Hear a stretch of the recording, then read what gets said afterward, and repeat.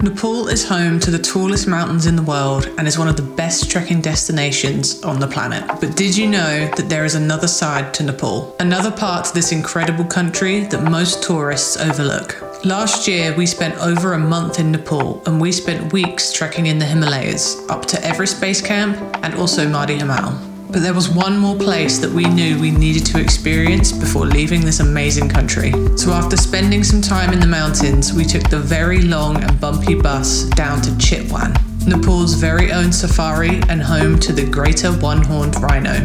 And this is everything you need to know about one of the best safaris outside of Africa, and why we think you need to add this to your Nepal itinerary. Chitwan is the home of Nepal's safari and is situated in central Nepal, southeast of the capital Kathmandu. And Chitwan is home to the famous greater one-horned rhino. And you're actually very likely to see one whilst on safari here. Other animals you will see are lots of deer, monkeys, crocodiles, and even elephants. And if you're lucky, you might even catch a glimpse of some sloth bears. We were lucky enough to see both rhinos and sloth bears on our safari in Chitwan, as well as many other animals. Although unfortunately the sloth bears were obscured by some long grass.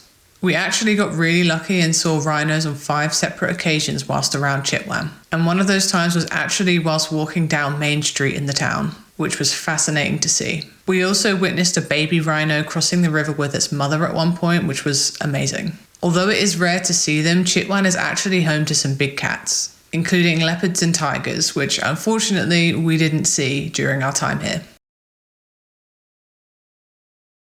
There are actually a number of different safaris that you can go on whilst in Chitwan, from walking safaris to boat tours to jeep tours. The most popular option is definitely the jeep tour, and this is exactly what it sounds like. An open-top jeep that drives slowly around the park in search of wild animals. We did the half-day jeep tour and we saw so many different animals, including rhinos and sloth bears. We chose to go with the afternoon half-day jeep tour and it set us back around $20 or $25 each. We booked this through our accommodation and this price did not include the entrance fee to the national park, which was 2,000 rupees each, or around $15. This price is for foreigners though, so if you're from Nepal, it's much cheaper. And this entrance fee is actually per day. So if you choose to go into the park on multiple days, you'll need to pay the entrance fee every day that you go in. And the entrance to the park to do the jeep tour safari is actually just outside the town. And to get to the jeeps, we all piled into a long narrow boat and crossed the Rapti River. We then walked across the sandy riverbed together to where the jeeps were. The jeep that we were on was actually really full and had 13 people on it, including us and the guide.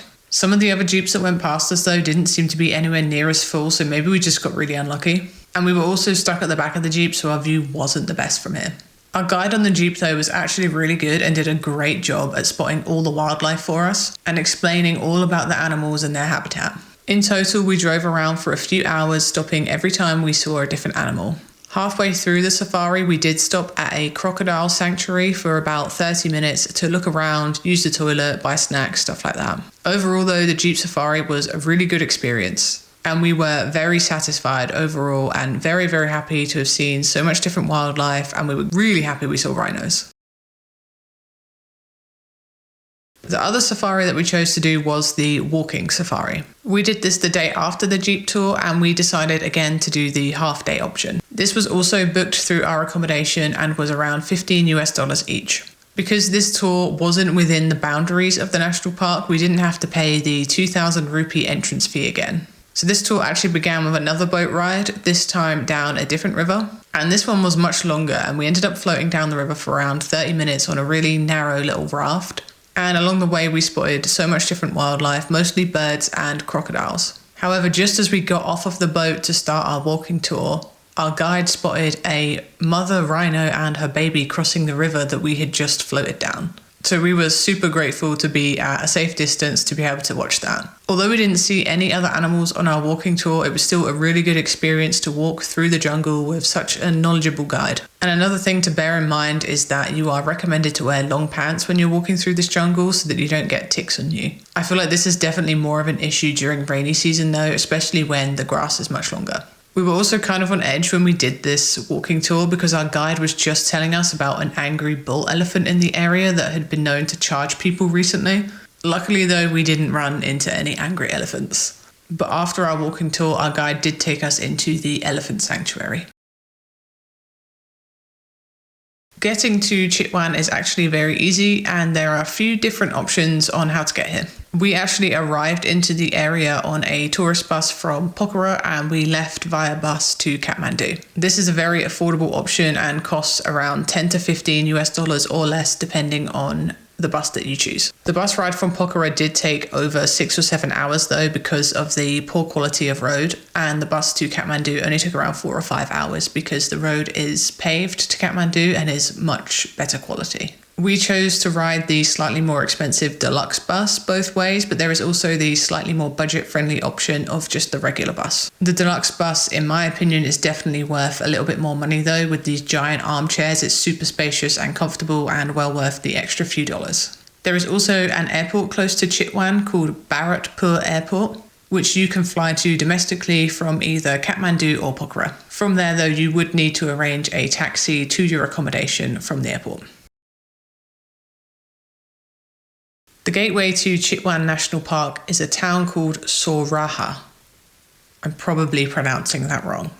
This town is right on the border of the park and is right next to the Rapti River. There are many different accommodation options in this town, from basic and budget friendly to the slightly more luxurious. We stayed at a place called the Chitwan Village Resort, which cost us 20 US dollars per night for a standard double or twin room with a balcony. And this price had breakfast included. We did enjoy our stay here, and the hotel was actually surrounded by all these really nice gardens and was about 5-minute walking to town. The town itself is very small and takes like 10 minutes to walk from one end to the other. There are lots of bars and restaurants along the main street in the town, so there's lots of options for places to eat. One of the most incredible things about this town though is its close proximity to the national park, and on our second night here we actually witnessed a rhino just walking down Main Street in the town, just walking through the traffic, which was crazy to see. It honestly felt really surreal. Okay, thank you for watching. I hope I have convinced you to see this other amazing side of Nepal. If you've enjoyed watching, please consider leaving me a like and check out our channel for more travel content.